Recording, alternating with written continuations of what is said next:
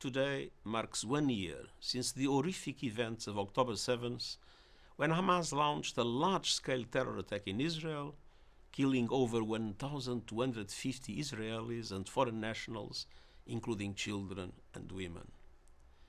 More than 250 people were abducted and taken to Gaza, including many women and children. The October 7th attack scarred souls, and on this day, we remember all those who were brutally killed and suffered unspeakable violence, including sexual violence, as they were simply living their lives. This is a day for the global community to repeat in the loudest voice our utter condemnation of the abhorrent acts of Hamas, including the taking of hostages. Over the course of the past year, I have met with the families of hostages, learned more about the lives, hopes and dreams of their loved ones, and shared in their anguish and pain. I cannot imagine the torture they are forced to endure every day, and I demand once again the immediate and unconditional release of all hostages.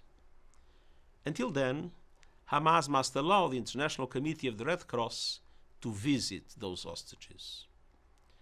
The 7th of October is naturally a day to focus on the events of that awful day.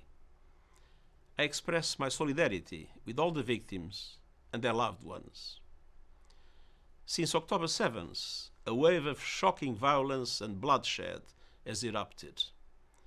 The war that has followed the terrible attacks of 1 year ago continues to shatter lives and inflict profound human suffering for Palestinians in Gaza and now the people of Lebanon.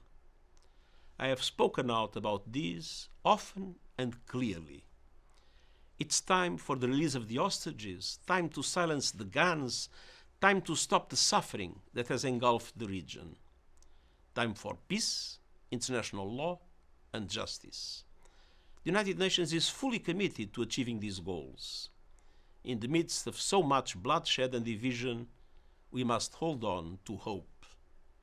Let us honor the memory of the victims, reunite families, and end the suffering and violence in the whole Middle East. And let us never stop working for a lasting solution to the conflict, where Israel, Palestine, and all other countries of the region can finally live in peace and dignity and with respect for one another.